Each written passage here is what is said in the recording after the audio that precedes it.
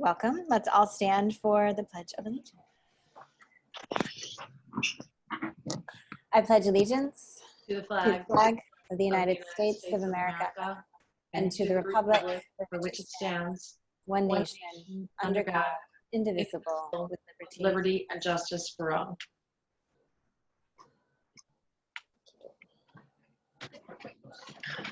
President Daly? Here. Vice President Headland? Here. Trustee Clements? Here. Trustee McNall? Here. Trustee Parr? Here. Thank you. I'd like us to start our meeting today with a moment of silence for a couple of Haldane community members that we've lost in this past month. So if we could consider Melissa Castro Santos and Kate Sanlong in our thoughts for a few moments to recognize them, that would be great.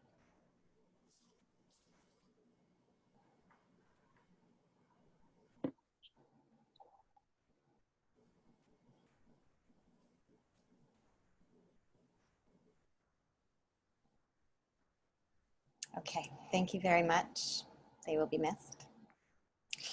I'd also like to take a moment to welcome some new leadership at the Garrison School District. Carl Albano has joined their team as superintendent and acting principal as well, as I understand it. So he has his hands very full. We welcome him and look forward to working with him. I know Phil has already been in touch with him quite a bit. And we thank James Hoke for his leadership as president of the board and welcome Sarah Tormey, who will be taking over as their board president. So we're looking forward to working with them. And our next meeting is our retreat. Currently, that could change, of course, if we need to have more meetings to discuss school reopening. But our next meeting is Saturday, August 22nd at 9 a.m. So we'll be doing our public meeting from roughly 9 to 10 and then going into our retreat from 10 to 1. And we're going to talk later on in the meeting about the format for that retreat and possible in-person attendance. And that's it. I'm going to turn it over to Dr. Benante. Thank you, Jen, and good evening, everyone. It's good to see you this evening as we continue to prepare for the opening of schools. And before I start my formal presentation, I just had a few remarks. You know, as a parent, I remember at the beginning of each school year, I'm putting my boys on the bus, and granted, that's changed a little bit as my older son's now in middle school. So that being said, our little guy, Luke, who is still in elementary school, as I get him on the bus at the beginning of the school year, it's always with a lot of excitement, but a little bit of anxiety. You know, I must admit, as well as we know our schools and our school systems and the great work that goes on there, there's still just that bit of anxiety as a parent that comes with sending your child off to school. And I think over the last month in particular, it's just exacerbated in many ways the anxiety that many of our families have felt, both with the known and the unknown elements of what's going to, what we may encounter with school this year. It certainly is an incredibly unique time, and this year is exceptional. Continues to be exceptional in many ways. You know, as we think about the start of this school year, I've received numerous emails or communications from families and from the community about what they feel we should be doing this school year. And these opinions really have ranged from, I just want my child back in school in September, to I really have strong reservations and I'm not sending my child back to school until there's either a vaccine or we're beyond this pandemic. I've heard it all and everything in between. And it's clear that there really isn't consensus nationally, and there isn't consensus locally on what we should do. And my position is that we have a responsibility to be open to our students and our staff for as long as we are able to do so safely, with safely being a key term here. And I'll acknowledge that I'm defining that as the guidance that's been provided to us by the Department of Health, by the CDC, And really at that point, as we'll explain, it's up to our parents to decide whether or not to send their child. And I see that choice as one that is personal and should not be subject to the scrutiny on our part or on the part of any other community member. If there's anything that I've learned or that's been reinforced over this past month, it's that what's influencing any one family's decision to send their child to school is often highly nuanced and deeply personal. And it's neither mine nor anyone else's business. We're simply here to help all of our families. And at our core, we're a public service. We are a public school, and I'd like to, if I could take public and, bold, underscore, italicized, a public school, and that's the core of our identity. We're here to help, and we're open to everyone. We provide an important service to the children of our community, as obviously our board knows and appreciates. And for many, that primarily centers around academics. For some, it centers around athletics. I know for me, when I was in school, it centered around athletics. But for many, it primarily centers around our academic work. But for others, it extends far beyond that. When we consider meal service, other family and social supports that we're responsible for providing to our families and our students. We were charged with the development of 3 plans. One plan was to have our schools open for all of our students and to the extent that we could be. The second was to have a plan in place if we were not able to open our schools, so to facilitate remote instruction for our students, much like we did in the spring. And the third was a hybrid approach with the assumption that we would have part of our students in school and can accommodate part of our students in school, while part of our students would have to remain home on a rotational basis. And our team and the school reopening task force worked very hard on the development of these 3 plans, initially presuming that we would be implementing one of the 3 models. And the reality is, if I'm to read into what the governor has intimated over the past week, is that we're going to be responsible with implementing all 3 plans. Open for students who wish to have their children who wish to attend school, facilitating remote instruction for those who wish to remain at home, and a hybrid approach for at least one of our buildings where we have too many students or not enough space to accommodate all of the students who may wish to attend. 3 plans simultaneously asked to be implemented. No funding, as you well know, to support any of the plans from the federal government or from the state. And now 4 weeks to finalize and implement prior to the start of the school year. So with all of this, our plans could change at any point, and we have to be prepared, between now and leading up to the school year, that despite what I may present tonight, we very well may have to adjust and adapt our plan in the weeks and days prior to the start of the school year as the local context continues to evolve. Whether that be because of the COVID-19 pandemic and the rate of spread in our community, or because of other agendas that are influencing how we operate our school system, none of which, I think have to do with our board or our local governance structure. And quite frankly, I'd be surprised if our plans didn't change. Just seeing everything that I've seen and experienced over the course of the last few months, the way the end of the last school year played out, I think there's early signs that that's how our school year this year is going to play out as well. So, our first priority is to have a safe reopening. Our second is to reconnect with our students and our families. It's something we do very well, and we feel it's important to do so and make that our next priority. And then we'll focus and move towards academics. And before I provide the board with our overview of our initial plan, I do just want to thank our nearly 40 members of our school.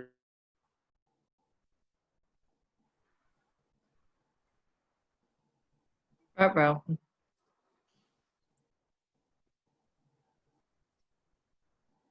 Is anyone there? No. Anne's at home. Tim's at home. Tara's at home. Julie's at home. Okay. I'm like, no one's there. All right. I'm the closest. Somebody Somebody want to texting text him? him? Yeah, I don't have my phone on me right now. Who Okay, else I is the have one. host? I'll text him right now. You're texting him, Jen? Okay. Oh, now he's gone. There he is. Now you're We're back. back. You've been demoted to the lower right corner, by the way. That's my sign that I've stopped talking and start presenting our plan, I guess. So as Tim mentioned earlier, again, I just want to thank everybody who's been a part of our initial planning process and will continue to be. As Tim noted earlier, we just did get internet back on campus today. So I'm hopeful my signal is as strong as it usually is. And with that, I'll start the presentation. So it looks like you can all hear me now. Yes, Good. thank you. Okay. So let me start.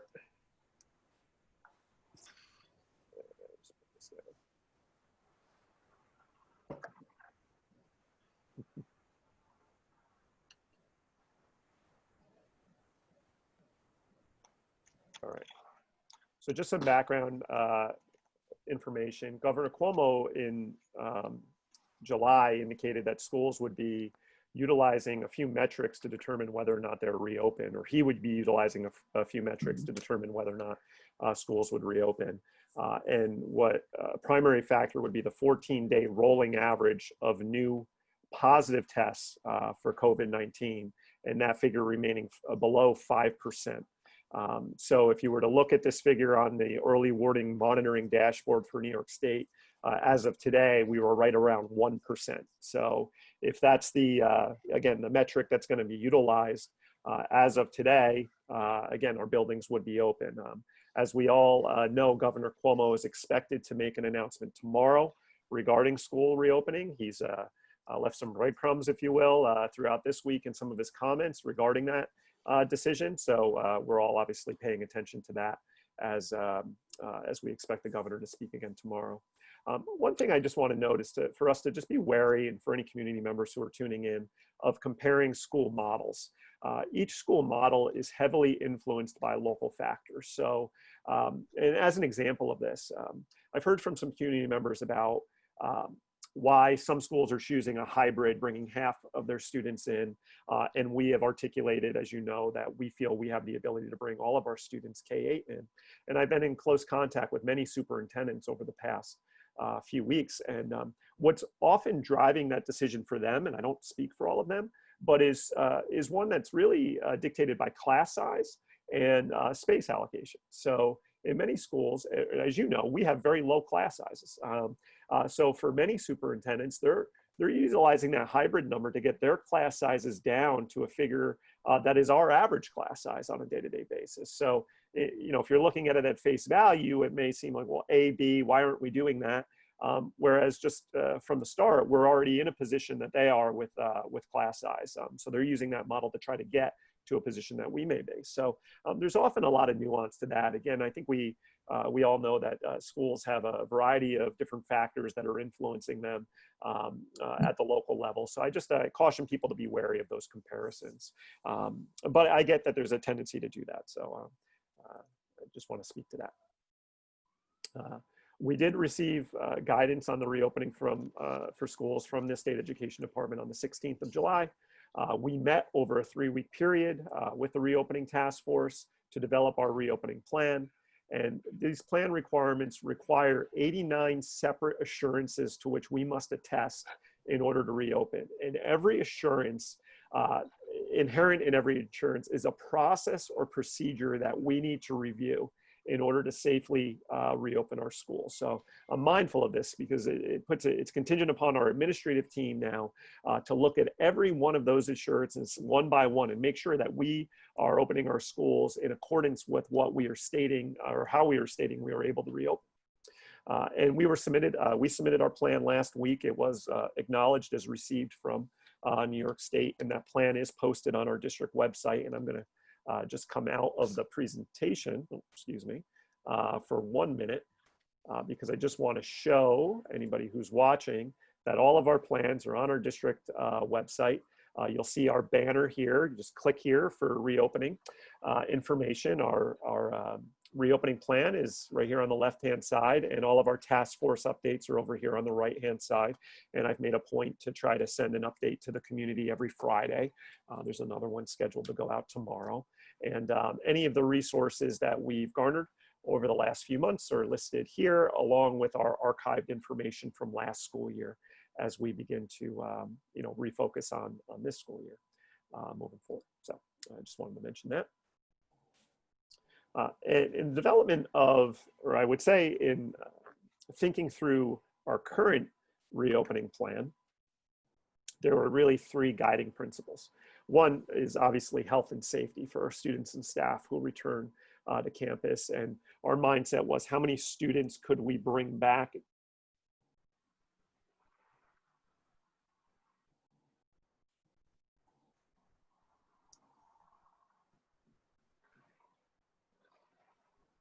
You texting?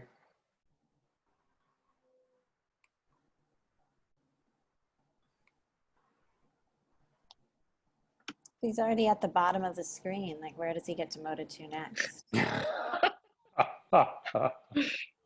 he off the screen? I want to see it when it comes back. It's going to be like a cartoon drawing of his face. It's just going to slowly get pixelated, and then it's going to be just a blur.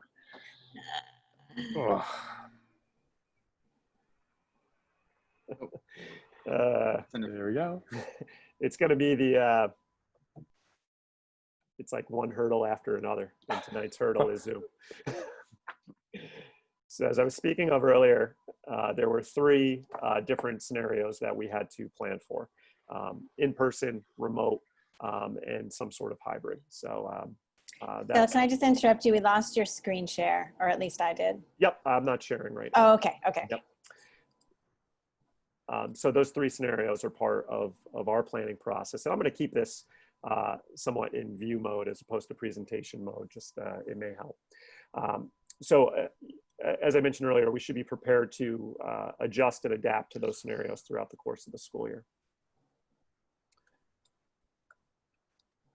We're in a position where we feel we can bring all students in grades K through 8 back to campus every day, maintaining social distancing as well as the other parameters that are established by the Department of Health.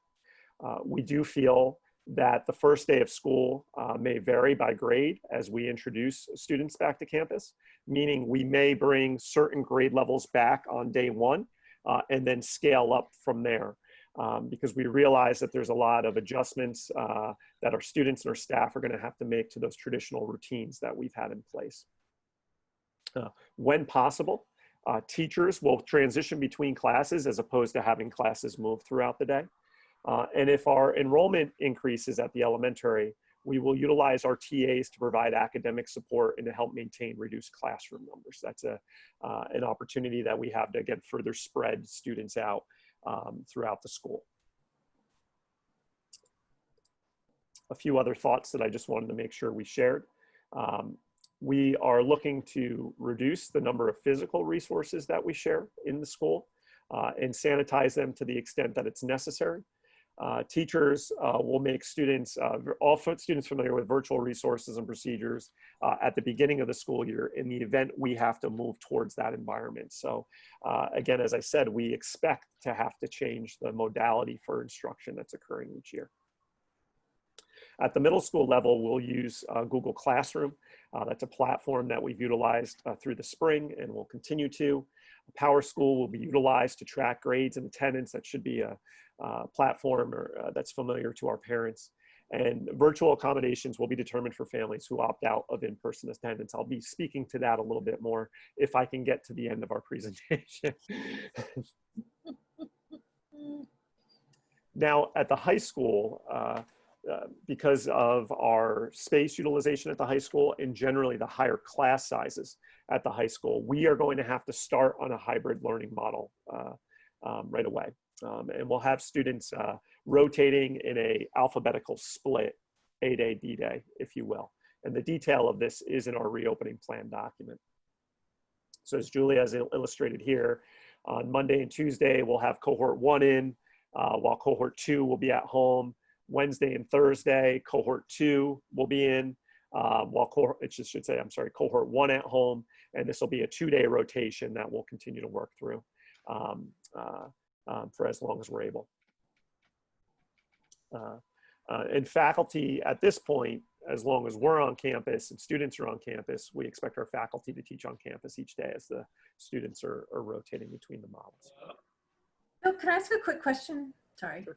because this was actually a question that, and maybe I missed it in reading the plan. So it says here Monday and Tuesday cohort 1, Wednesday and Thursday cohort 2, but it's actually really not specific to the day of the week. It's like day 1 instruction and day 2 of instruction will be cohort 1, day 3, day 4, cohort 2. Correct. Think of it as AABB. Right. That's, yeah, okay.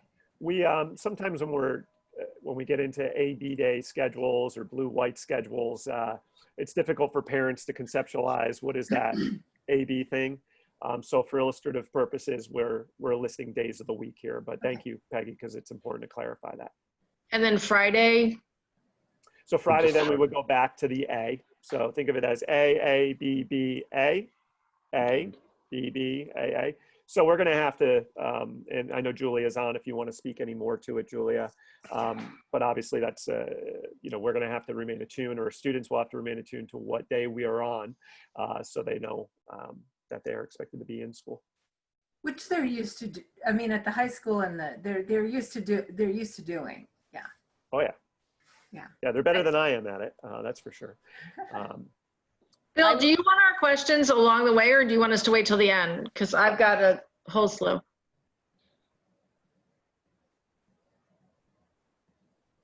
While he's frozen, I'll just say that like we normally do, we put out the schedule a month at a time. And that way it'll be the same as it always has been in terms of a month at a time. So you know where those AAs and BBs fall, because 4-day weeks, 3-day weeks, it's right. If you, I would assume that if you get a snow day, you just push everybody. You just go the next. The first day you can get back in. Right. Or, again, I know Phil's still frozen, but we had some conversation about even snow days. Is that just all now a virtual day? That's just virtual time. Right. I like that. Right. The snow day is over. But do the teachers come in on a snow day? I'll wait for Phil on those. We're getting into the level of detail that's tough. Yeah. Thank you, Julia. Can you hear me? Yep. Yes. Yeah. I have a feeling we're going to have a little more of that at this point. So I'm going to recommend we proceed at this point, Jen, if that's okay with you. I'm not really sure. I'm on campus, so I don't have any other internet connection than the one I'm on. So if the It's board fine. can, It gives us a chance to chat. and I would say Margaret was asking about questions before I cut out. Our team's on here, so as long as our team's remaining on, please feel free to ask questions of them. They're just as well versed in our plan as I am. Do you want us to let you finish and then ask questions, or do you want us to ask questions along the way? If you don't mind, Margaret, just considering the internet connectivity issue I'm having, You got it. how about I go through the presentation, and then if I get cut off, my admin's team here can pick it up for me until I come back on. You got it. Okay, thanks a lot for your patience with that. Okay, so one piece we're still working through is for the groups that are at home, how we facilitate learning for students on that day. And that's something that we're working with the Haldane Faculty Association to come up with some parameters for that work for both our teachers and for our students. And that's the unique dynamic. As I said, we were asked to have 3 planning models in place, and to some degree we'll be implementing all 3. So we don't have the answers to all of the questions right now, but we will have solutions to these worked out over the next few weeks.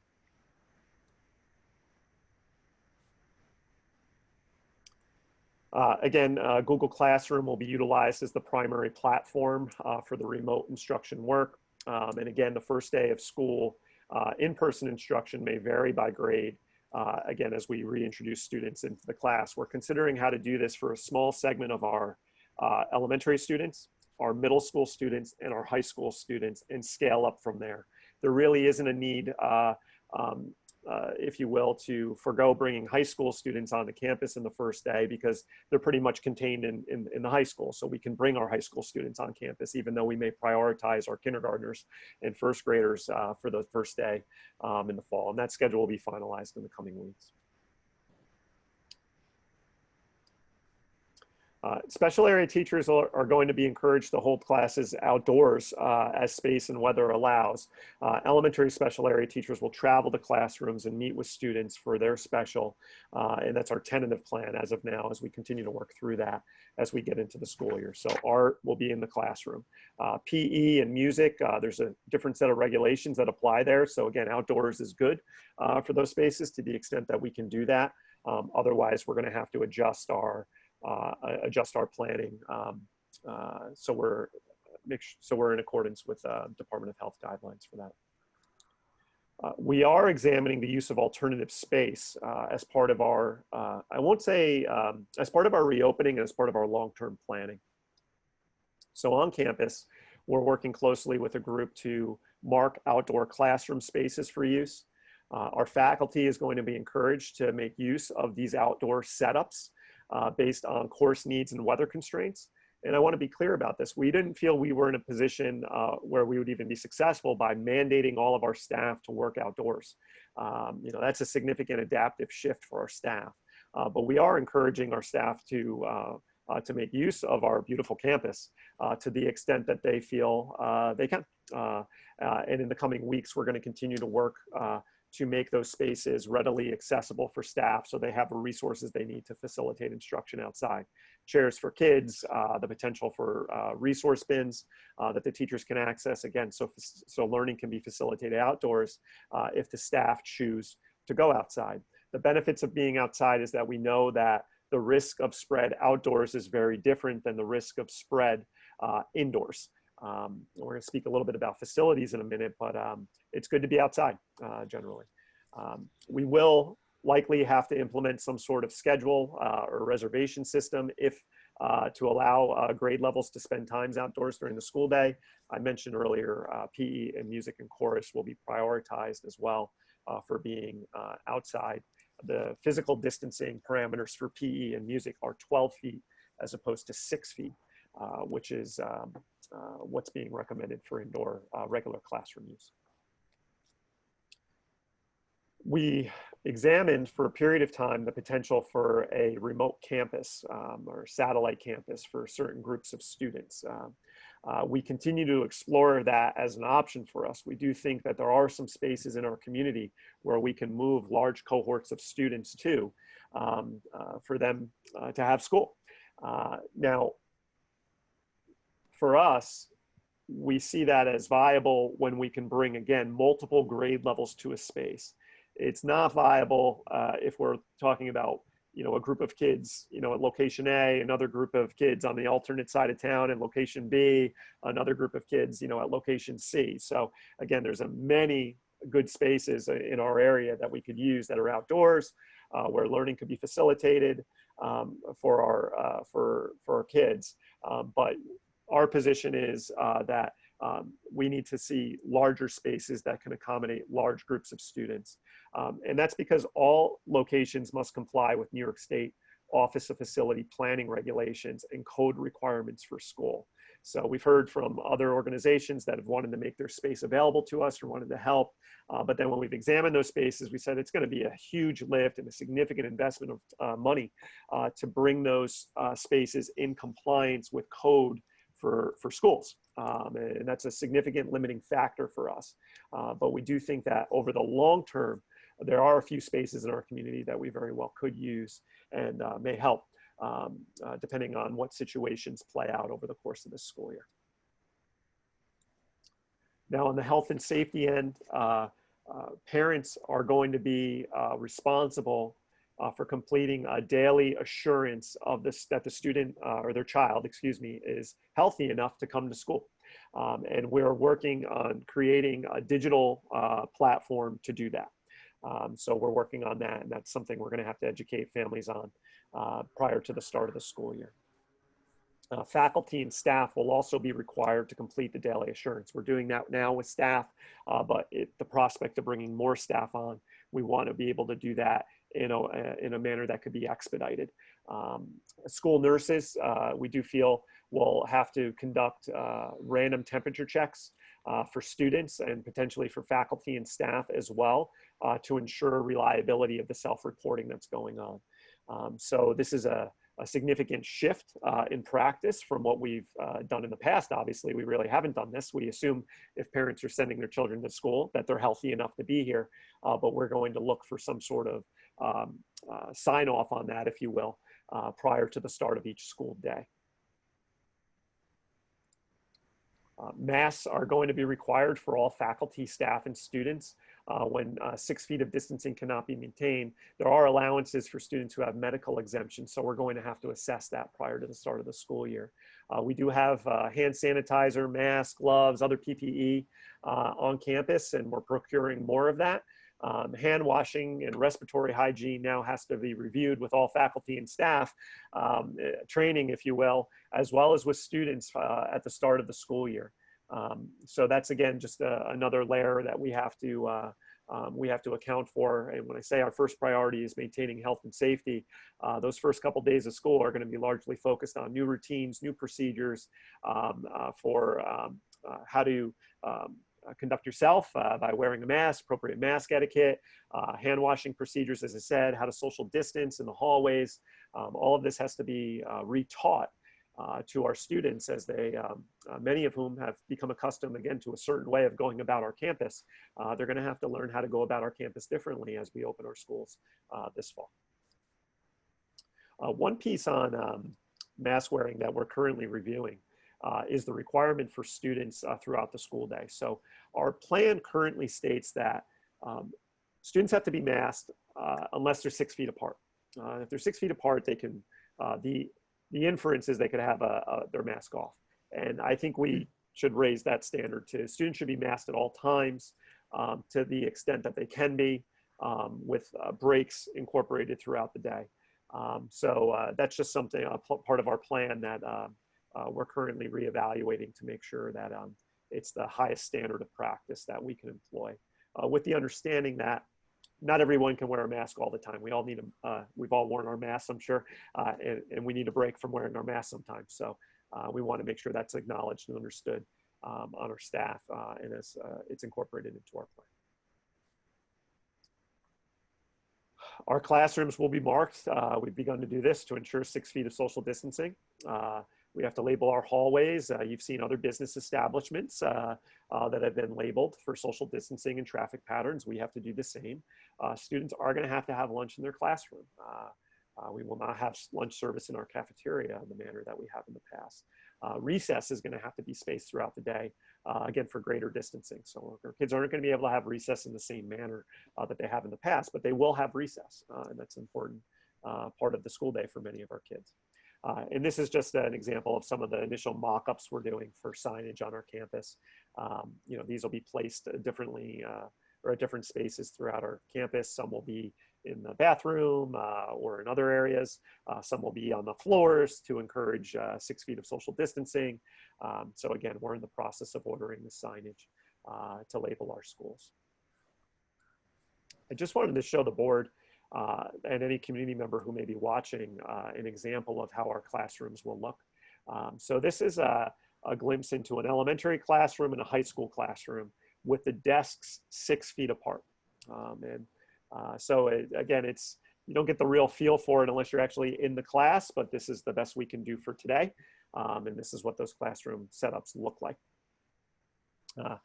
Generally, we can fit 16 desks per classroom and have students 6 feet apart. And that's also allowing for space for the teacher at the front of the room. Again, it doesn't mean kids and the teacher cannot go within that 6 feet parameter. It's just if they do so, they have to be masked. And again, we're encouraging mask wearing at all times, but the teacher can go about the room if the teacher chooses to do so. They just have to be masked if they're interacting with students in that way. On the transportation end, we are examining our routes for more equal distribution of students, so we don't have one bus that has more students on it than another. Masks are required on the bus. Buses are going to be disinfected between runs each day, and a more thorough disinfection will occur each night. Alternate transportation will continue for some of our students who go to BOCES or other schools, so that will continue as it has been, but in accordance with the guidelines that have been set forth. So looking ahead to our communication timeline, and I just want to note that these are all week of, not specific dates. So we're in the week of August 3rd. We expect the governor's announcement tomorrow. So following that, so this will likely push into the week of August 9th, we will make sure we're taking the time to meet with our staff, to apprise our staff of the changes that they can anticipate and answer their questions. We are going to put a survey out to families in the coming days to again assess, are you sending your child to school? Are you going to rely on transportation, district transportation? Or are you going to drop your child off? And I'll speak to that survey a little bit more in a moment. I do have a current conversation scheduled with the Highlands Current on Monday at 7 o'clock, along with a meeting with the PCNR. So we just want to make sure that we're doing our due diligence with the local media to get accurate information about what our reopening plans are. And I do plan to meet with our supporting organizations to talk about our specific plans and answer any questions that they may have in the coming week, or two. Now, in the 3 weeks that follow, we plan to host a standing webinar for our families. We realize that our families may have many questions. We did these in the spring, as you know. I would qualify them as being very successful points of connection with our community. So we plan to host those weekly. I don't know if the agenda is going to change each week. It very well may be just a standing agenda and an opportunity to meet with me and our administrators and talk about specific questions that they may have.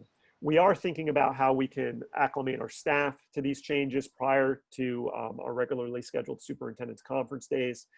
As you know, many of our staff begin coming onto campus in mid-August to set up their classrooms for the start of the school year.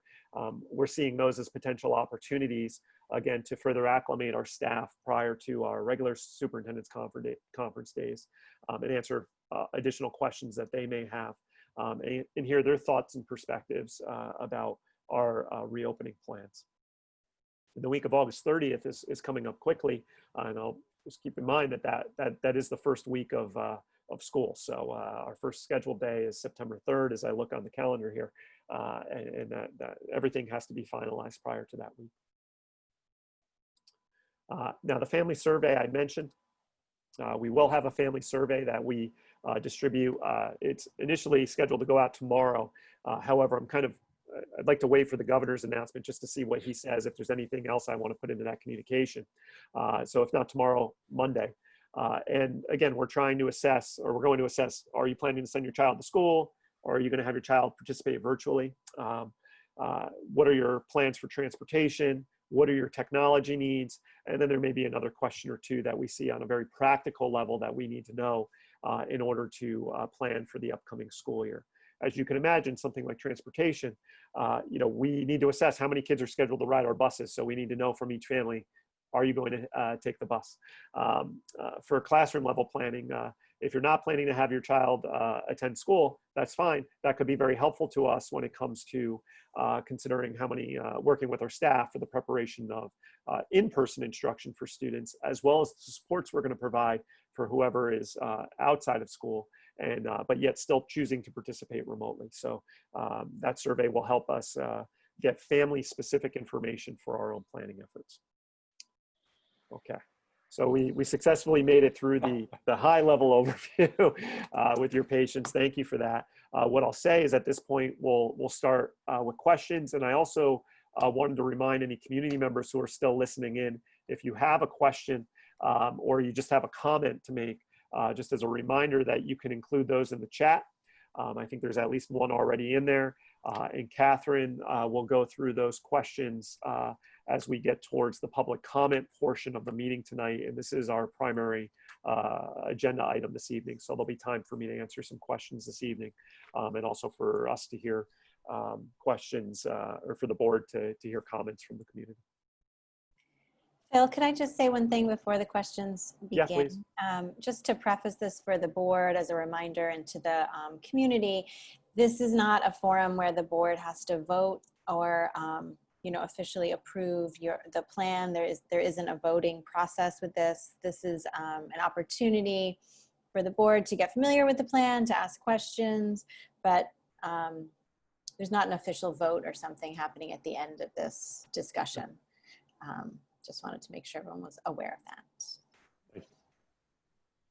Okay, I guess the floor is open for board questions or feedback or concerns. Oh, Margaret, you're you're on muted. mute.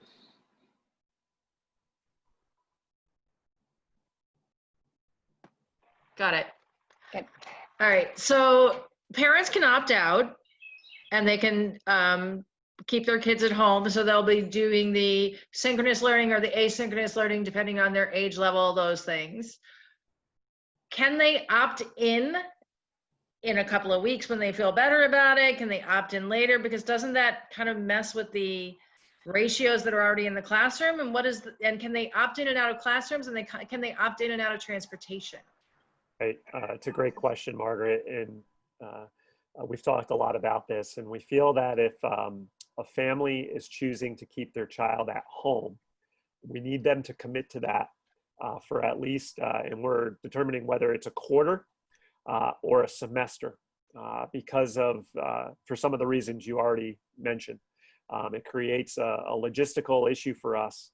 And I think everyone, can acknowledge that there's a lot of dynamics that are at play here.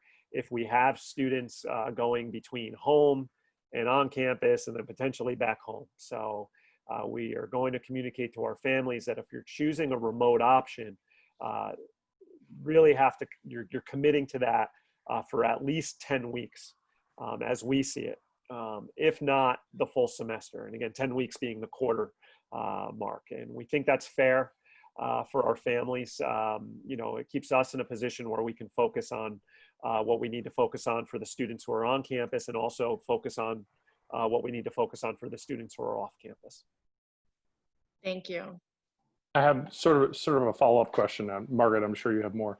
The follow-up question was, so as I understand it now, we have the capacity to have K through 8, all classes back in the school in rooms that will satisfy the 6-foot social distancing requirement.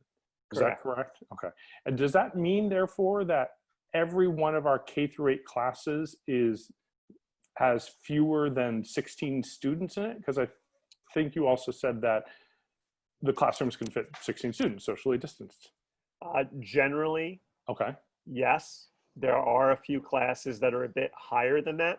Okay. However, we're anticipating, based on regional data that we have access to, that we will have a certain percentage of our families who will choose to opt their children out of direct instruction, which will bring us below the 16-foot figure, or 16, excuse me, class limit figure. If not, we have two choices to make.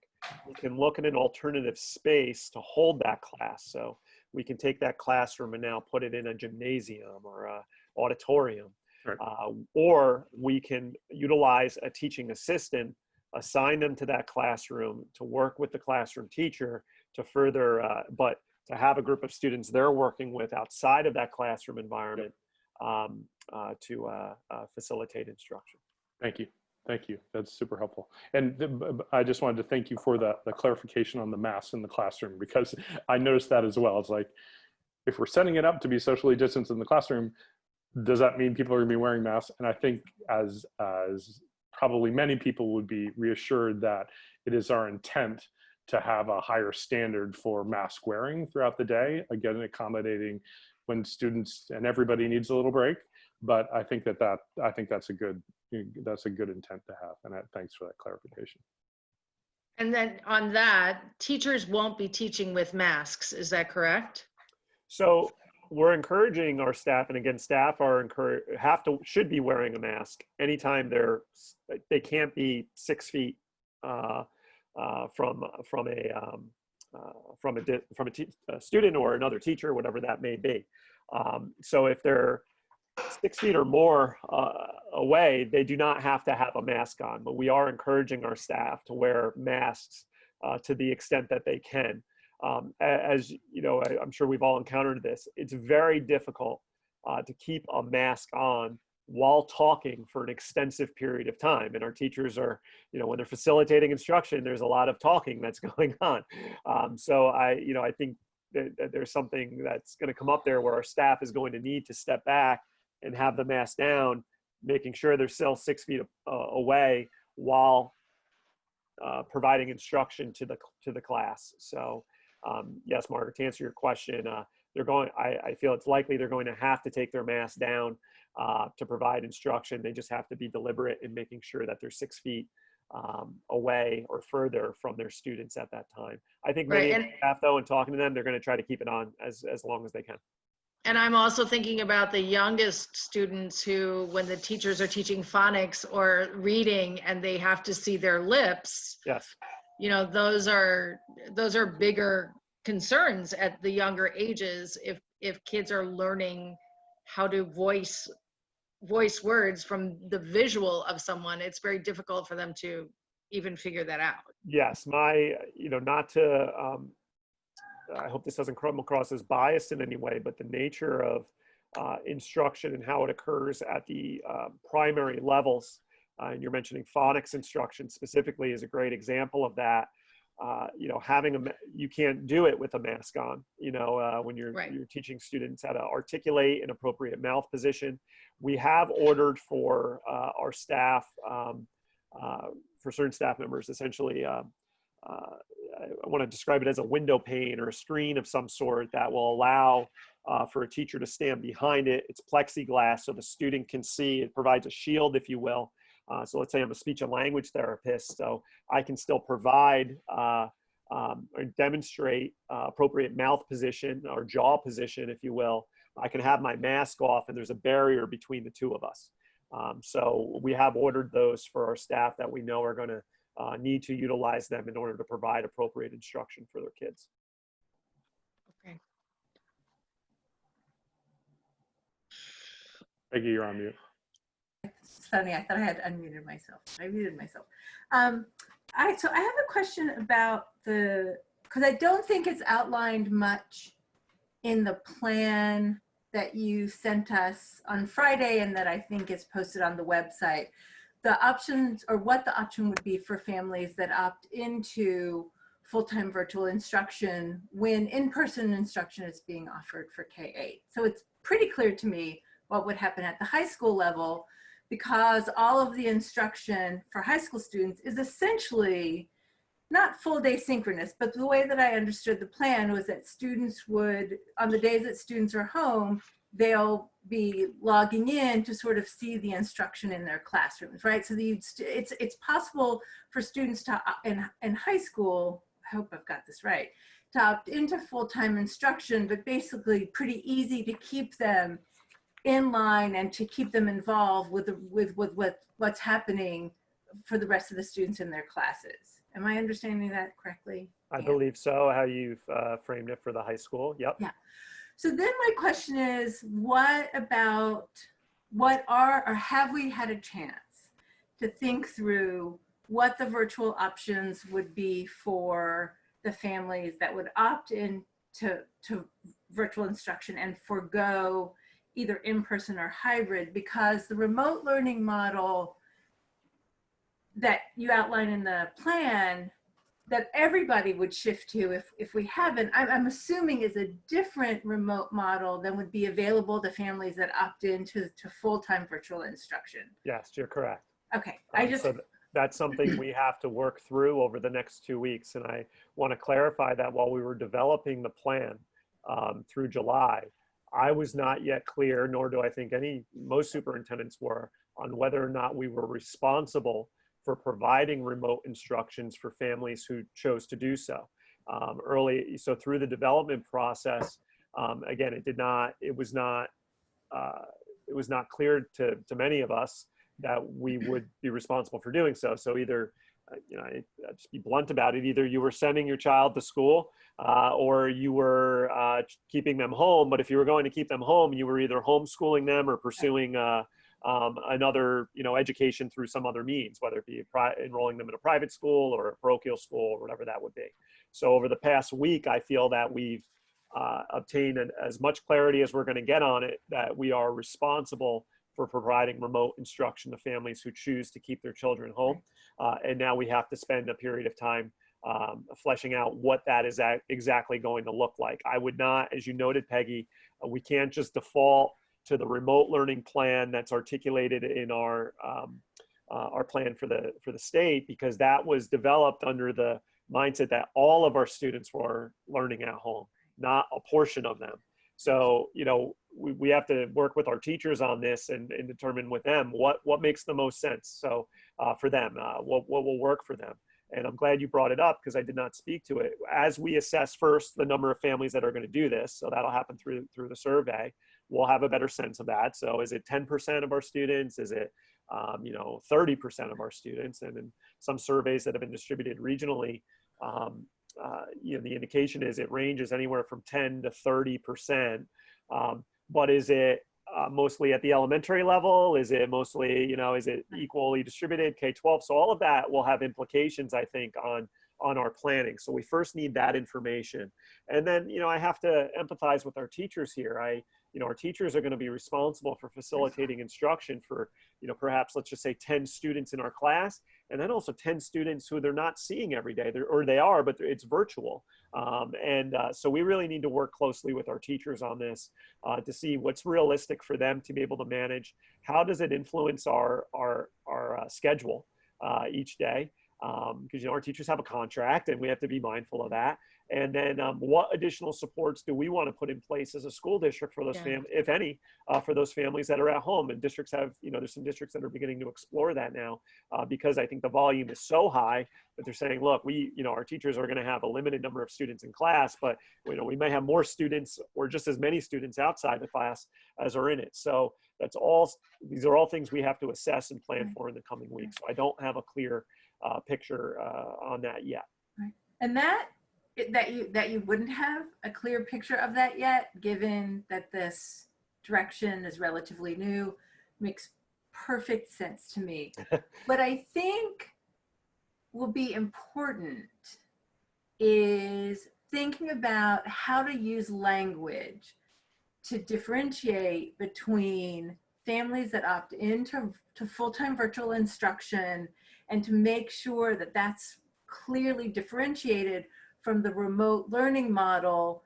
That's the model that kids that opt into sort of the Haldane's plan, right, are choosing. Like the language I think it gets tricky. And then I don't know what the solution is, but I also think asking parents to indicate, like, would they choose virtual instruction without being able to give them much information about what that would be? It's a hard thing to do. And I know you're really committed to getting this survey out as soon as possible. But anyway, those are my other thoughts right now, as I sort of listen to how you lay that out, like really making very clear to elementary and middle school families that this full-time virtual model is distinct from what's laid out in the plan that's posted on the website. And as a point of reference, Peggy, it's different from what they experienced in the spring. And right? different, yeah. Right, like that's even like something that might even connect more for parents who maybe aren't reading the whole plan, or, but the remote learning option will be probably different than the remote learning that they experienced as a whole school when we were all remote learning in the spring. Right, actually, that's right. The distinguishing from both of them is really important. It's just It's distinct from what happened, and I think we lost Phil again, but it's distinct from. He's there. Oh no, he is. Oh, I just can't see him. I'm just being still. Okay. It's just, oh, sorry, somehow I lost you. Distinct from what happened in the spring, but also distinct from the way I'm understanding it, distinct from what's described as the remote learning model in the school reopening plan. Yeah. It is, Peggy. You're Yeah. correct. And I've struggled with this over the week because it's like a cart before the horse, but which Right. So I'm prepared to take the position that the extent of the remote learning option we provide will be dictated by how many families choose to participate in it. So I feel that I need to know that, Right, but because it's going to influence how I define it. right, right. But I hear you when you say, until you've defined it, how will families know whether or not they're accessing it? And, you know, so I've talked to other superintendents about this. You know, we're struggling with it. Right. As Jen's noting, it has to be different than what we did in the spring, because it's going to be, the kids are going to be split. You know, I feel like I know enough to know that. And that obviously puts the teacher in a very unique position. Right, right. Well, and I don't want to take up too much time. I think it is reasonable that would be unclear. I just think we need to make, Sure. we need to More clarify clear. that it's to be determined, but I think it's also fair, right? I mean, for my work, I've read school reopening plans for dozens of districts, right? I mean, I've read quite a lot of them, and I think it is fair to lay out what are some likely expectations that you might have. So for example, that virtual learning would be, it's likely that, you know, parent involvement is likely to be certainly quite a bit higher than, you know, I think there's, and I'm sure you're talking to folks, but again, be clear that you don't know yet, be clear that it's to be determined, but also be clear that it's this other thing. That's all. That's helpful, Peggy. I had a very good meeting with our PTA president yesterday, and we were talking about this, and our PTA had some great ideas, but you highlighted something there that was really important, that if our parents are choosing the remote option, the nature of their engagement is going to have to be much more significant, I think, than it I think typically would be if the students were in school full time. And the nature of the relationship and the dynamic between our classroom teacher and those families is also going to be different. We need to be thinking of that. We're going to have to provide our teachers with the time to facilitate that part of whatever instruction is occurring. So just to, you know, I'm not committing to anything right now, but I just want to be, I want to acknowledge that I've spoken with our HFA, I've spoken with our PTA, again, just conceptually to start to work through this. But I hear you, as we survey families, we're going to need to make sure we provide at least a base level of information so they're making an informed choice or indication, at least initially, to help us with our planning. And along those same lines, some sort of like glossary of terms, you know, like remote learning, virtual learning. Are they interchangeable words? Homeschooling, what does that mean? So, you know, some sort of glossary of terms might be a good choice. Right. Because it's interesting, because folks have been talking about what they were doing in the spring as homeschooling, but homeschooling yeah, I mean, it's something different, right? There's a very specific legal distinction, and for very, very good reasons. Yes. These aren't terms that any of us are used to using precisely.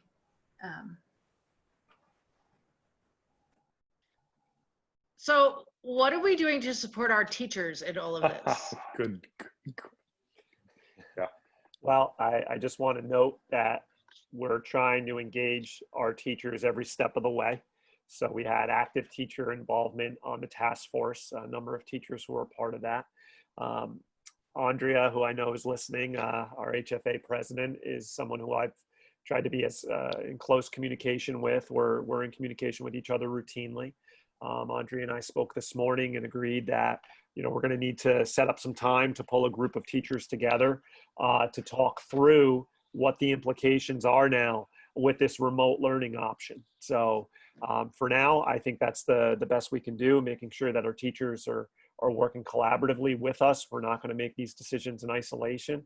You know, and I tried, and I know Andrea gets this, you know, tried to explain that this timeline that we're on is pretty significant. And it's unfortunately what I'm finding is, in order to meet, you know, deadlines, in order to keep things moving forward, it does become very easy to lose those points of connection, you know, that just happens somewhat naturally when you're just in a regular school year. And when you're on campus, you know, right now it's summer, you know, our teachers are, you know, scattered about I just want to reiterate that we're trying to work as closely as we can with our faculty association as we begin our planning for this next phase, because those implications are significant. But as you said, Margaret, it's going to necessitate some changes. So one that may come up is, if I'm responsible for facilitating instruction for my kids and kids at home,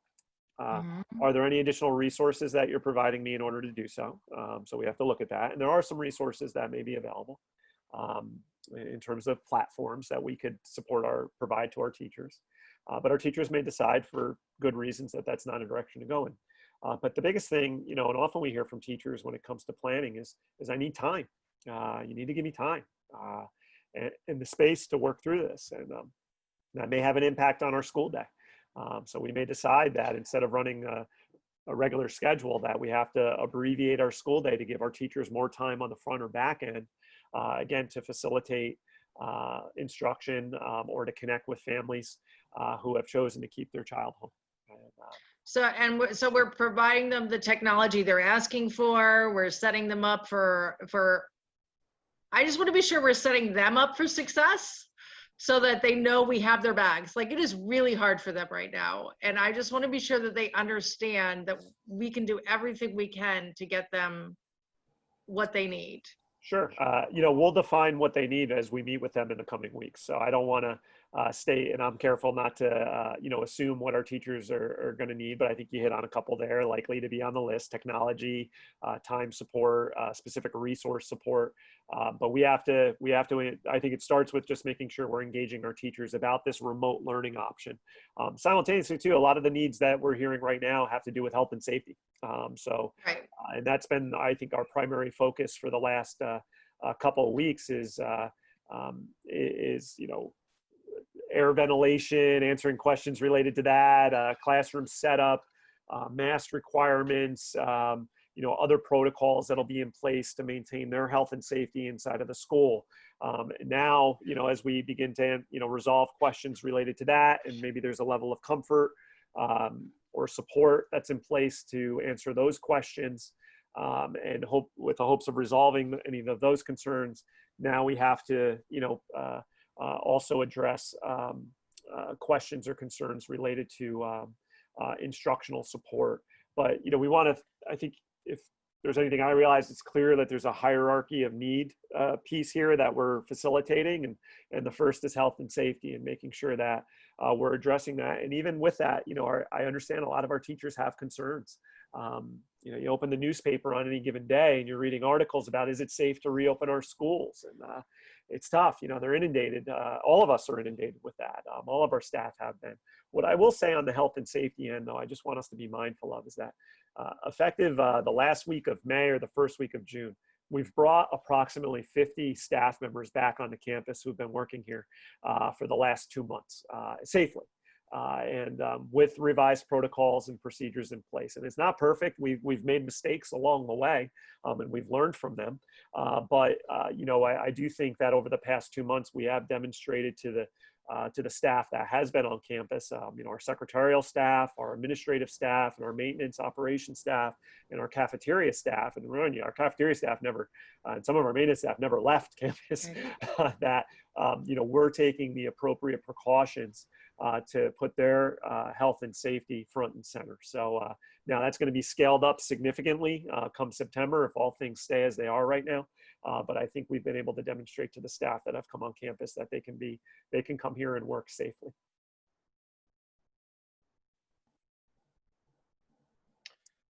Hey, I have a question.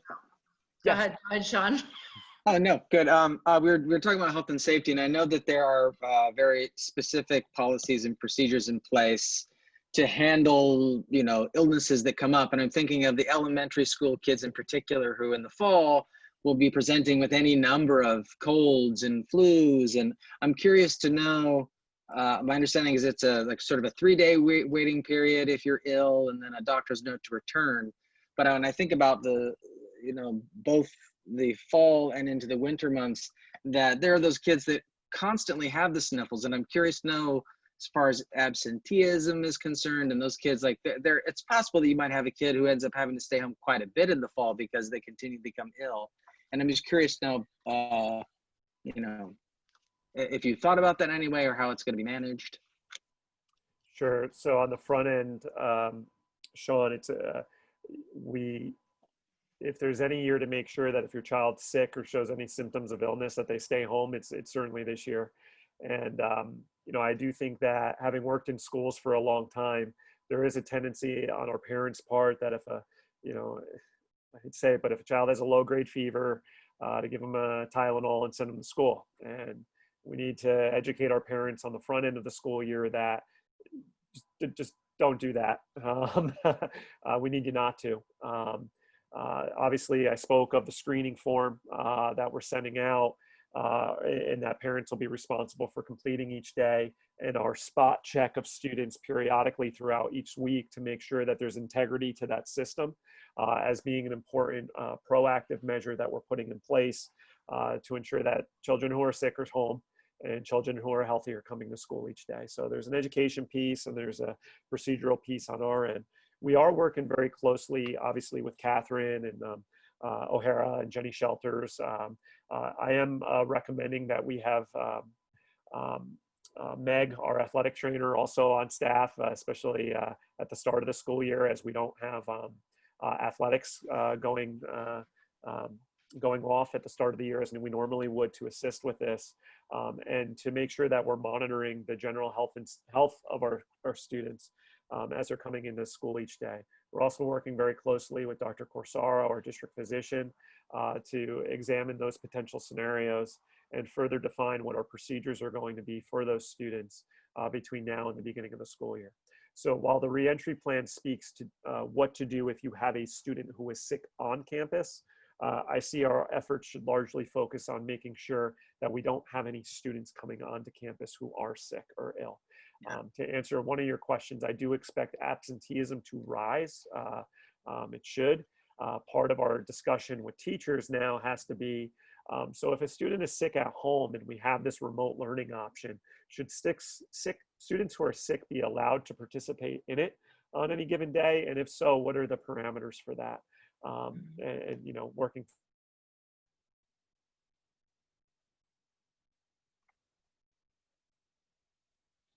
We were doing so well.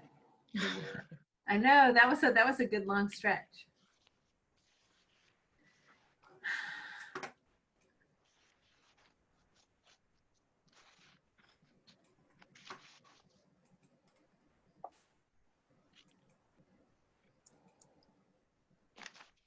I find it astonishing that we can still see his screen even though he disappears. That he can be sharing his screen almost posthumously.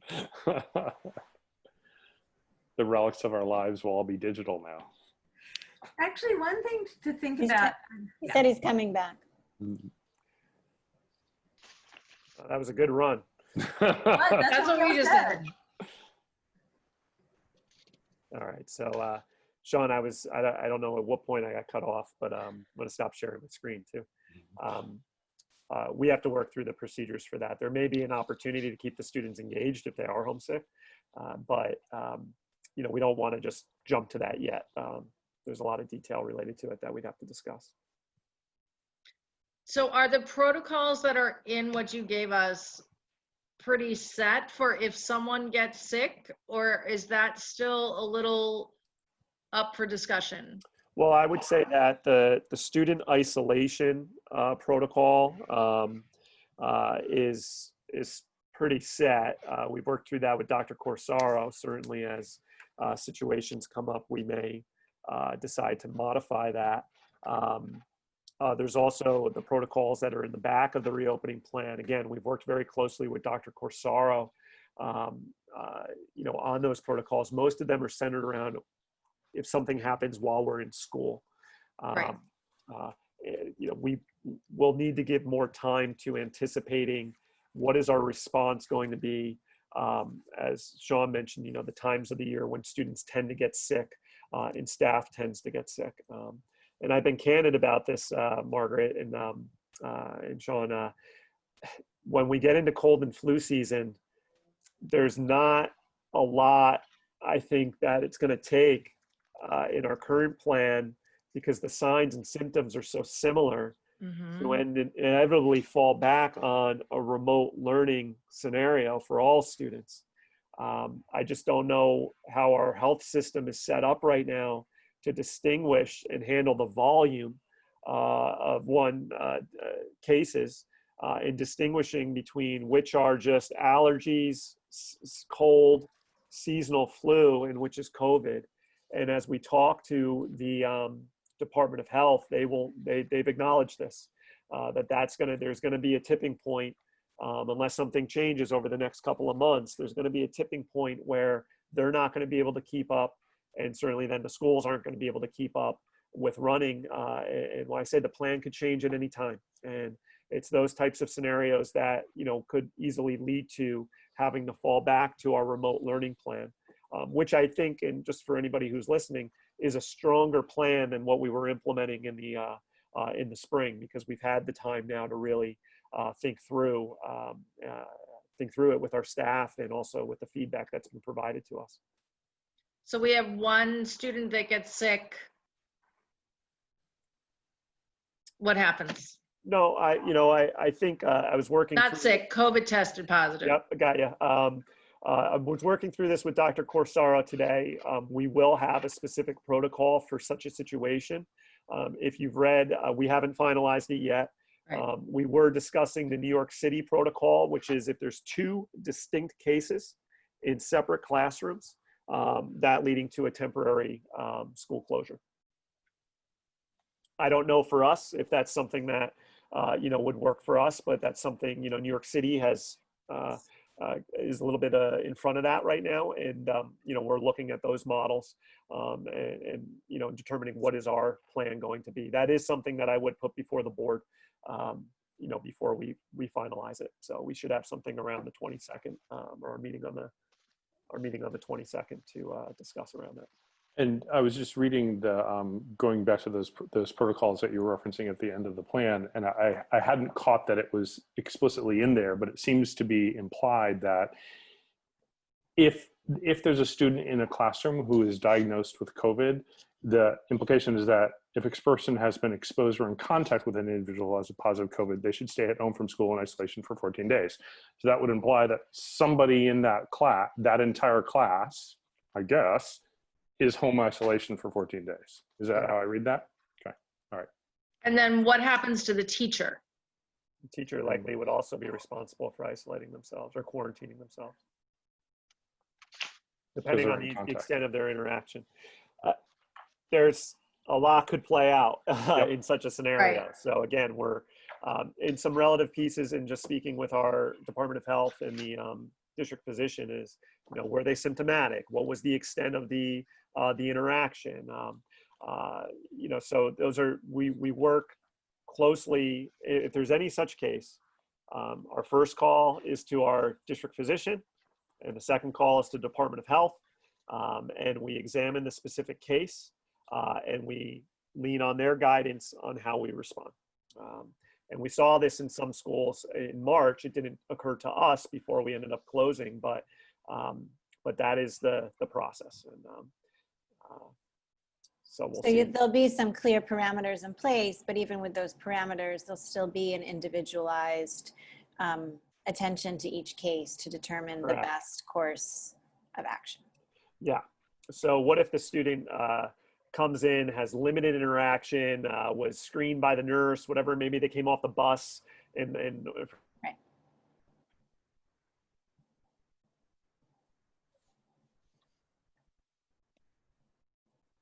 Well, so far we haven't caught him in any really terribly funny faces either. That's so disappointing. He always looks quite, handsome. So I just have 2 more questions. I read this twice. I went through the whole thing so many times. I thought, oh my God, I can't believe the people on the committee, you really thought of everything. It's amazing how many bits and pieces had to go together to put all of this together. And the committee was big. which is always harder to pull that many people together and that many ideas together to come up with this. So- Big and well-behaved. I mean, everybody really worked together to come up with the cohesive plan, like really a real testament to our community. It was, Well, I think our community is all very much on the same page on this one. yeah, it was really nice. So 2 more questions. Logistics of bathrooms. And the one we all need to talk about is how much is this going to cost? How much, like, where is this in terms of our budget? Sure. Well, I think we lost Phil. Did he come back? He came back. We did. Okay. All right. So either or, however you want to end it or begin it. Sure. As far as bathrooms, and that's an area, again, where we can look at, because I did have a staff member reach out to me inquiring about that. Our students need access to the bathroom throughout the day. So it's hard, by regulation, we have to make that available to our kids. I don't think we could overly manage a child's use of the bathroom. So generally, we're in a position where our bathrooms are going to be open. We obviously have to educate our kids on the appropriate use of the bathroom beyond what we normally would do, and etiquette and hand washing etiquette and so on. We did incorporate additional cleanings of the bathroom spaces and disinfecting of those spaces into the day. And Tim, if I can just ask you to, I know you worked on that part of our initial plan, so if there's anything more you want to share related to that, I think that'd be helpful. Sure. Good evening. Specifically related to bathrooms, we'll be securing and shutting down all the hand dryers. We already have paper towel holders that are touchless installed. They're there previously. The big thing, as per the state ed documents, we need to make sure that we meet code. We're looking at fixture counts to see if there's any fixtures that we can secure in order to create a greater social distance between toilets or between sinks. We're also looking at potentially working with vendors to install touchless faucets. So we're going through those parameters to see how much we can install to create the social distancing and have touchless fixtures throughout the bathrooms, ensuring that we meet code for the number of students within the buildings. Oh, right. Mhm. And Margaret, you had asked about cost. Yeah. And I think last count, where are we? Well, the largest areas of spending obviously are in facilities and in technology. And I've been working closely with Tim and with Leah so that we're being mindful of the purchases that we need to make. You know, we're not going crazy with buying things just for the sake of buying them because we think we may need them. We're buying things and putting things in place right now that we know we're going to need. We're mindful of things that are in high demand and we want to secure them before, you know, while companies still have stock of the items that we're anticipating. And we're also having discussions about buying things that we'll be able to use after, because there will be life after the pandemic, and we're making these investments in areas where you know, we know that there's a need, but also let's make the best choices so that it just doesn't become disposable items. We're as far as the funds that are available, we put aside specifically for facilities some pockets of funds for purchase orders so that we ordered ahead of the 2021 budget. We had the you know, funds available in areas that we did not have to spend for 1920. So we used some of that money to prepare. Same thing in technology. We even were able to order in March some things that Leah had planned for the 2021 while her vendors told her that things were in stock, but they didn't know once those items were gone if we were going to be able to get them. So we're we are spending in areas higher than we have before.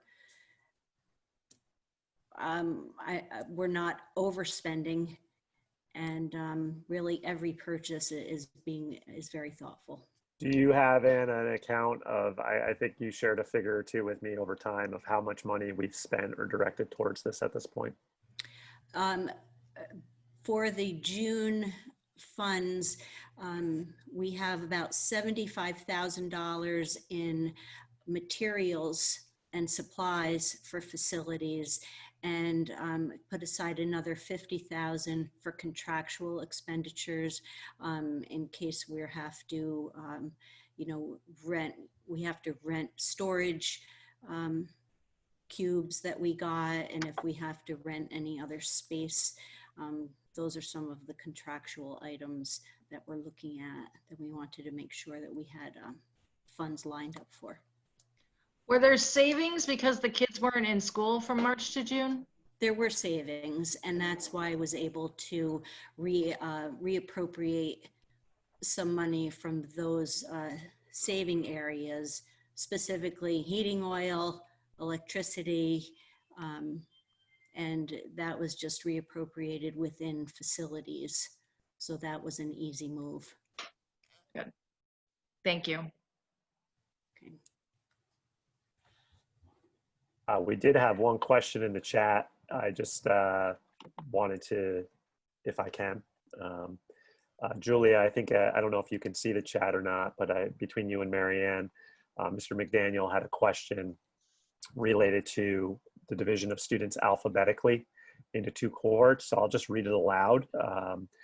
So students will be divided alphabetically into 2 cohorts. How will that work if kids are taking a Regents class?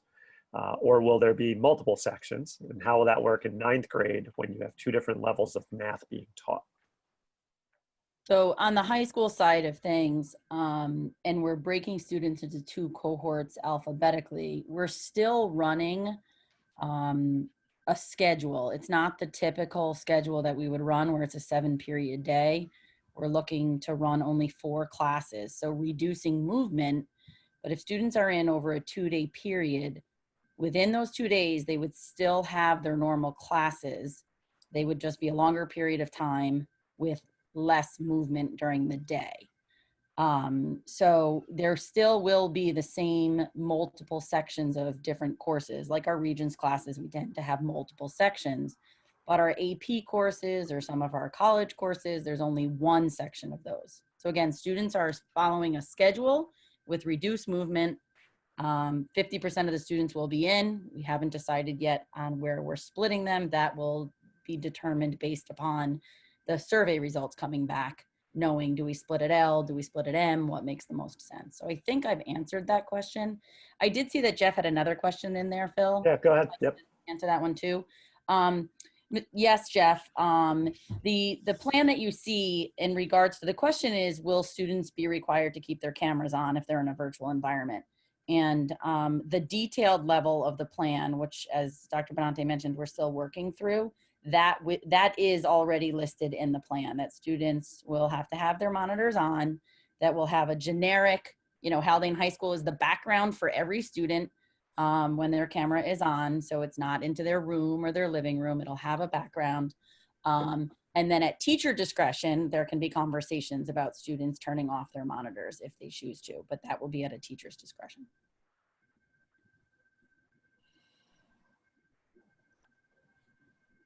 I have just a quick question. First, thank you to everyone who is trying to work through this. I think I was talking to somebody, I was like, I'll reiterate what Margaret said, is like the amount of work that went into putting the plan together. And when you read through the plan, the framework of this is our intent, this is where we're going, I think is well thought through, and has a couple of very specific things that we as Haldane are able to do, given our class size and given our intent to bring as many students back in person as possible. But then, like, the detail work that we're getting down into still needs to be worked out. So I, A, thank everyone for their work to date, and B, thanks to the administrators and the teachers, because I also feel if I look through the models, unless Governor Cuomo says otherwise, we're not starting remote. Which could be. We're probably not starting hybrid.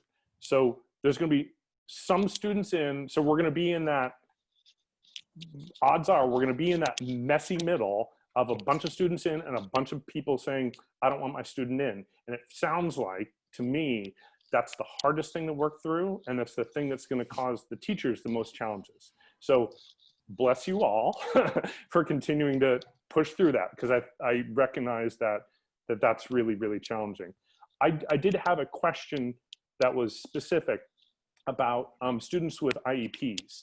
And I apologize that my knowledge on this is fairly thin, but for students who get regular either push-in or supplemental services, who may either be home from we're remote or maybe home because their parents choose to have them at home, how do you see that rolling out for that set of students? Sarah, can I just ask you to join us for that one? Sure. So we're going to be meeting with, when you talk about those supplemental service, I'm thinking you're referring to related services. Is that what you're referring to, like counseling and, Sure. and speech and language therapy Sure. and occupational therapy? Yep. So we're going to be creating those schedules with the related service providers, and we're going to be meeting the needs of the students with IEPs according to their IEPs. But it may look a little different, just like it looked a little different in the spring based on whether they're in school or it's a remote model. So it is going to be a challenge, and I'm going to have to meet with the related service providers to get their input on how to best schedule those services. And then we've also talked a lot about how to keep those services, safe. And, some of our providers have smaller offices and they have groups and things like that. So it may mean that groups are smaller. It may mean finding alternate spaces, such as doing, I was talking to one of our social workers, Renee Curry, the other day, and talked about doing some outside group work, doing some walk and talk type of counseling, things like that. So hopefully, our providers will, have a lot of input on that. And it will be just like creating their schedules like they do in any other year, but with the knowledge that some of it may be teletherapy, some of it may be remote. Did I answer your question? Or? Yes, I think you did. Thank you. Okay.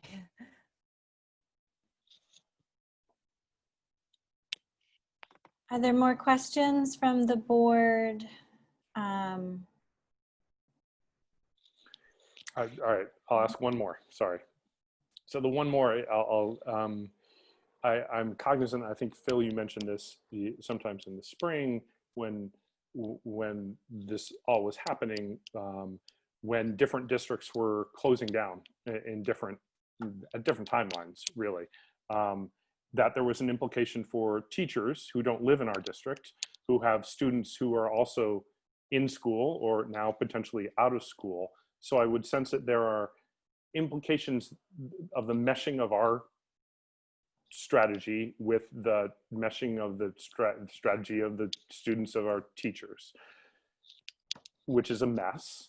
But how are you thinking about that at this point? It's probably part of it's a growing long list of things that keep me up at night. Early on in the process, the superintendent and I discussed, would there be any opportunity to go into some sort of to have the same schedule, because of the implication, John, that you've pointed out here. If we're on different schedules, it creates a unique dynamic and potential childcare issue, obviously, for families. And we quickly realized there was no way we could do it because of the logistics, that go into each of our own individual schedules that I spoke to earlier. So, our staff is going to have to is going to be responsible for working that out. I want to help. I'm just not sure if there's anything more we can do to potentially, to work through that. So that's just where individually, we're checking in with each of our staff members over the course of the next week individually to assess where they're at, any questions or concerns that they have, any additional needs that they may have, that we can help with planning. But that's one that, you know, I'm just not sure how far we can go in supporting that. Thank you. So I feel like we're good with questions. Any further thoughts?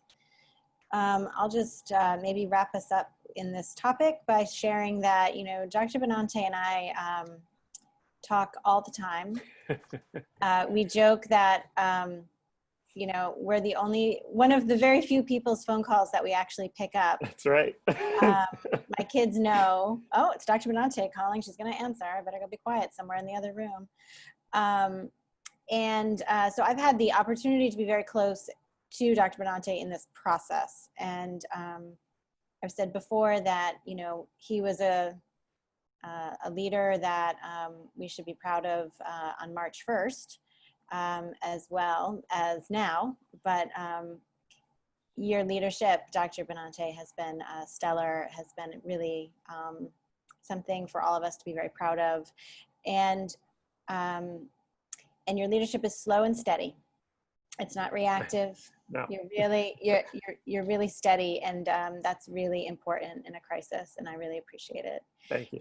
And I think we all also know that even though we've now gotten this plan done, this is really just the beginning of the next phase of a lot of deep work.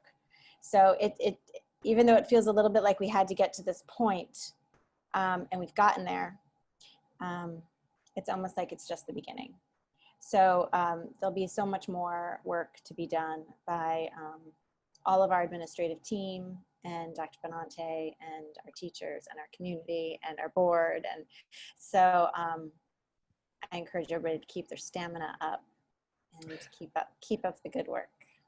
Thank you, Jen. And again, our team's working really hard. You know, obviously we have the other admins that are on here, and I've appreciated their support. We've supported each other through this, you know, and it's been a summer like no other. And as you indicated, we're just beginning, and we'll continue to. And slow and steady is the way. I think that's key. You know, I know there's a lot out there, and folks are reading things in the newspaper, and there's a tendency again to compare plans and why are we doing this or not this. And you know, we're focused on Haldane and what we can do at Haldane to continue to support our kids, our families, and our staff. So we may not have all the answers yet, but we're working through them and we're taking it very seriously. Thanks for your support. We really appreciate it. Okay, so I feel like we've gotten some communication from the public, but if there's anybody who'd like to share any more thoughts with us, you can do so via the chat feature, and we'll have another moment towards the end of the meeting to address any questions or comments. So please feel free to chat with us. We're going into consent agenda minutes. May I have a motion, please? So moved. Second. Any discussion? These are our minutes from our July 1st reorg meeting. All those in favor? Aye. Aye. Aye. Consent agenda personnel. May I have a motion, please? So moved. Second.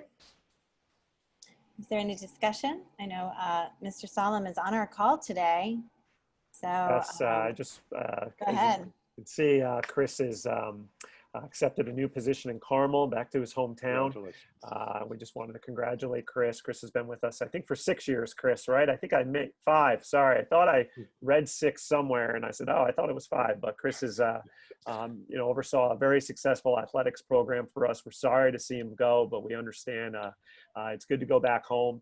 And wish him well on his endeavors. And I just want to extend my appreciation for Chris. He's been working pretty closely with me and just trying to set up whatever our next steps are for the director of athletics position to make sure that whoever that individual is set up for success. And I appreciate the time that Chris is committing to that over the next few weeks as he transitions from Haldane to Carmel.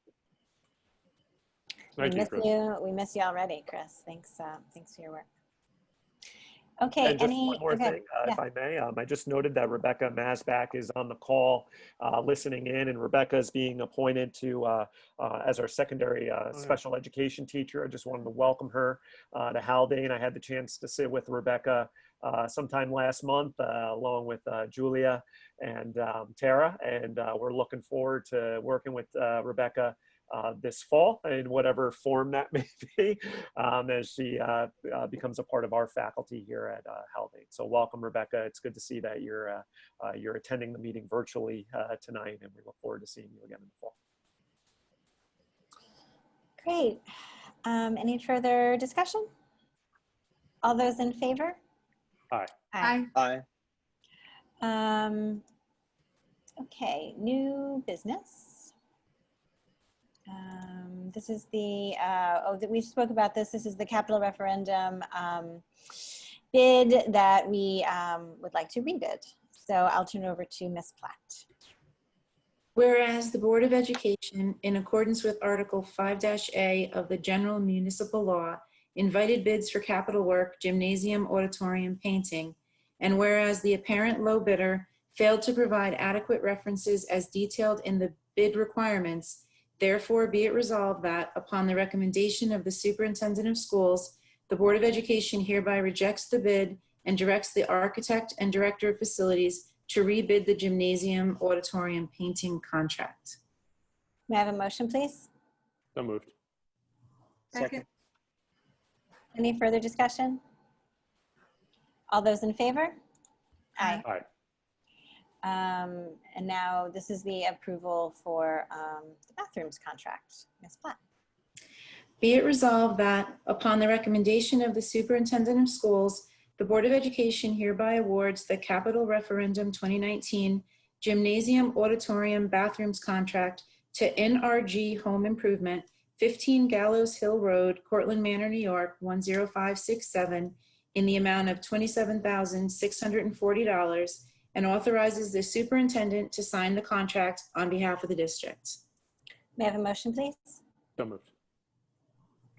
Second. Any discussion? All those in favor? Aye. Aye. Okay, some calendar amendments. Ms. Platt. Be it resolved that, upon the recommendation of the Superintendent of Schools, the Board of Education hereby approves the following amendments to the 2020-2021 school calendar. August 31st, 2020 is designated a Superintendent's Conference Day in place of the Superintendent's Conference Day on June 25th, 2021, and September 3rd, 2020 and September 4th, 2020 are designated as student half-days with professional development in the afternoon. May I have a motion, please? So moved. Second. Second. Any discussion? Just a comment, Jen, that this is the beginning of, again, some anticipated changes to our calendar and or our regular schedule to prepare for the beginning of the school day. So we feel we need more time with our teachers prior to the official start of the year, and that by abbreviating the first 2 days of school, again, that helps keep us in a position where we're making sure we're being deliberate in getting the feedback from our staff after their initial contact with students to hear, okay, what went well, what's not working, and what adjustments do we need to make in the coming weeks. So I do anticipate we may have some more changes, maybe not necessarily to the calendar, but to, again, as I mentioned earlier, the schedule, just to make sure that we're learning as we go through those first few days and potentially weeks of school with our kids. Yeah, makes sense. All those in favor? Aye. Aye. Aye. So I don't have it on my things. I don't think it refreshed, but do we have an unfinished business item? We do, though. It is on there. If you Okay. refresh, you'll see it, but yeah. Perfect. So the retreat. So the governor did extend our ability to do virtual meetings through, I believe it's September 4th, but we spoke about doing our August 22nd meeting, or Dr. Benante and I spoke about it, I guess, a little bit more clearly, as doing our meeting in person on August 22nd with appropriate social distancing protocols, etc.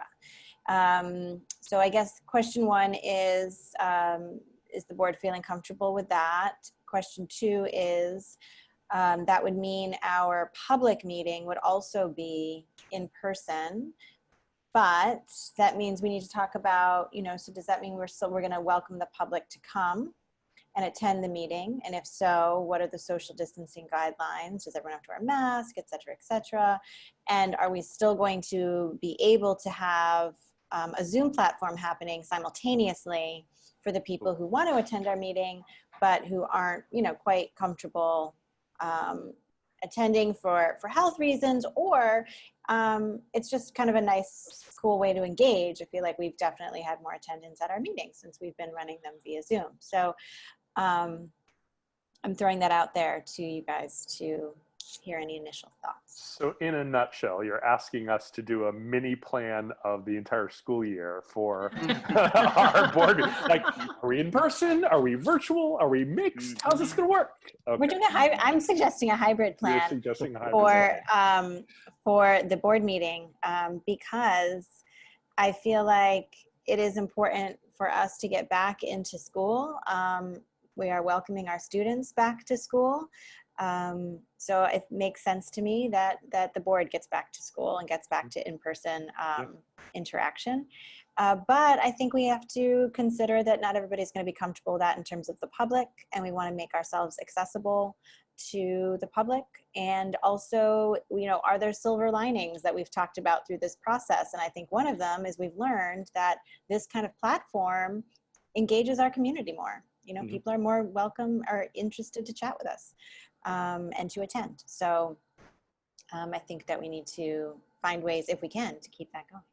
So yeah, I guess I'm suggesting a hybrid model for our board meeting. Are we going to do it at school? Or we're going to do it at school? Yes. Phil and I were talking, just doing it in room 211, as usual, and having some new setup that Phil and Tim and can work on with us to make sure it's all kosher. So we would have an in-person meeting with a Zoom option and then break to an in-person retreat. Yeah. That is my suggestion. Is that possible, Phil, technology-wise? I think it is. Yes, I think it is possible. So yeah, we're not too concerned about setting that up via technology.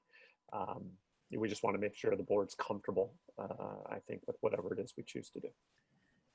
I think that shows our community that that's, if we're willing to do it, then we're okay with it. The one thing that I can just, and this is very minor, but just sort of figuring out the extent to which we want, like whether each of the board members will be on, like the extent to which folks are Zoom facing, right? Like, and how to accommodate that, especially given that it seems often a little tricky. I know I haven't had a device that connected to the district's Wi-Fi in a while, and had just, that's true. I'd given that, but I mean, I don't think that needs to. Anyway, that's all. I think that's a fine idea, and I think absolutely, getting back to school. Of course, I might start crying because I know, really, I think about that. Like, I mean, I do. I mean, I think it's a really, for me to think about going back to Haldane it's emotional. I mean, in a happy, good way, like it really is. And will the retreat also happen? We're going to stay in the same space or going off campus or something like that? Yeah, I think our ability to go off campus is a little limited. I don't think too many people want us in their space necessarily, and like in the socially distanced guidelines and all that business. So I was thinking we would just stay right, in 211 in our setup, which will feel like a retreat. Usually we're trying to get off campus to go someplace different, but this is going to feel like this is the retreat. Exactly. Get out of my basement. Get out of John's just excited. Get out of his basement. I was going to say your basement's improved a lot if that's where you're at now. So I think we have a limitation of how many people can be there. Yeah, there will have to There be. are. Yeah, there are some parameters, I believe, in terms of like group Yeah. congregation, right? Like it's not Yes. like we can't just have, 100 people at our board meeting. Correct. I thought Um, Margaret was initially asking about the retreat, and I said, "Oh, well, that's Oh, fine." that'll be just the us. But No, no, their group. but Go ahead. Margaret, that will become part of something we'll have to communicate to the community. Not that a lot of people, tend to come out physically, come to meetings. I think the virtual option is likely to have more, but we will have limited space for people who do wish to attend. And you just think of 211 because you know it, right? Right. We're going to have to set the room up in a different way, so we're all 6 feet apart. And then whoever, whatever capacity we can have in terms of seats that are spaced out 6 feet apart as well. So it's going to be significantly less than what we normally could do. So they'd make reservations or something, first Yeah, come, we're going to first have to, on served. our end, we're going to have to think about how we facilitate that in terms of notice and then reservation. And then obviously anybody else who wishes to attend beyond that, they can log on and view the meeting. And we'll also record it and have it available. So it sounds like we're getting the nod of approval to move forward with a hybrid model. So Phil and I can work on the details of that and get it out to everybody. Okay, great, thanks. Board reflections. Does anyone have anything they would like to share? I have something I want to share. So in the PCNR on July 15th in Cunningham's Corner, he wrote something so nice about school board service that I'm going to say out loud. We have long thought that there is no politics more local and with more impact than serving on the school board. That has been true for decades, but is especially true now. I just loved it, and I agree with it. And I appreciate the shout out to our school board service. Appreciate it. I'll just reflect on one thing, but it's actually more of a question. Again, so I think a number of us have thanked both the administration and the members of the committee for doing all the work. And what I would just throw out to Dr. Benante and any member of the administration, we realize that there's a lot of work left to do, and you're probably getting a lot of both solicited and unsolicited offers of either assistance or just ideas. So what I would throw out is, what more can either the board as a collective unit or us as individuals do to support you in all the activity that you're doing between now and a couple weeks from now? So, and you don't need to respond now, you can let us know later, but Thank you. certainly the offer is there. Hey, John, one thing, I really appreciate the question, and I'll reflect on it as will our team, but one thing that just comes to mind for the short term is that that whole connection between the board and how you interface with the community, which I know has probably changed significantly over the last 5 months, is just really essential right now. So whether that be virtual, through virtual means, social media, or interpersonal in the neighborhood, whatever it may be, and just making sure we're pointing our community to the information that's posted on our website and the accurate information that's been shared through this presentation and other background information that the board gets to see from me throughout the year. I just see that as really important. We can't do enough of that. Just ask the board to keep that in mind in the coming weeks. You all do a great job of it, generally, but I know the context has changed pretty significantly with the environment that we're in right now. So thanks for your help with that. Okay, Dr. Benante, do you have any final thoughts? Jen, you started the meeting that way, and I know there's a lot going on with respect, or you started the meeting with a moment of silence, and I know there's a lot going on with respect to school reopening and planning, but I just want to circle back to that our community has, experienced a significant loss over this past month. Individuals who were closely connected to our school in some way, shape, or form. And I've had the opportunity. Obviously, this impacts our entire school community. And the tough thing about the pandemic is it doesn't allow you to grieve in the ways that you normally would. We're adjusting to that. I just want to thank our team, and Julia and I attended the wake services, it's been a tough. I was talking with Coach McConville today or yesterday. He was on campus, and we were talking about the Santos family, who he has a good connection to. And, you know, the thing that defines our community, again, is how we rally around each other in times like this. And, you know, that's been impacted by the current pandemic, but, you know, we're still trying our best to make sure we do that. We're providing support to our families that are in need. And it's also good for perspective too. As difficult as this work has been over the past few weeks, you know, seeing the Canlong family certainly keeps it in perspective. And, you know, and talking to Ryan keeps it in perspective. Those families are going through a lot right now. And, you know, I think it keeps us focused on what we need to focus on, but also keep it in perspective to what else is going on for some of our families. So I just wanted to mention that before we close. Yeah, thank you.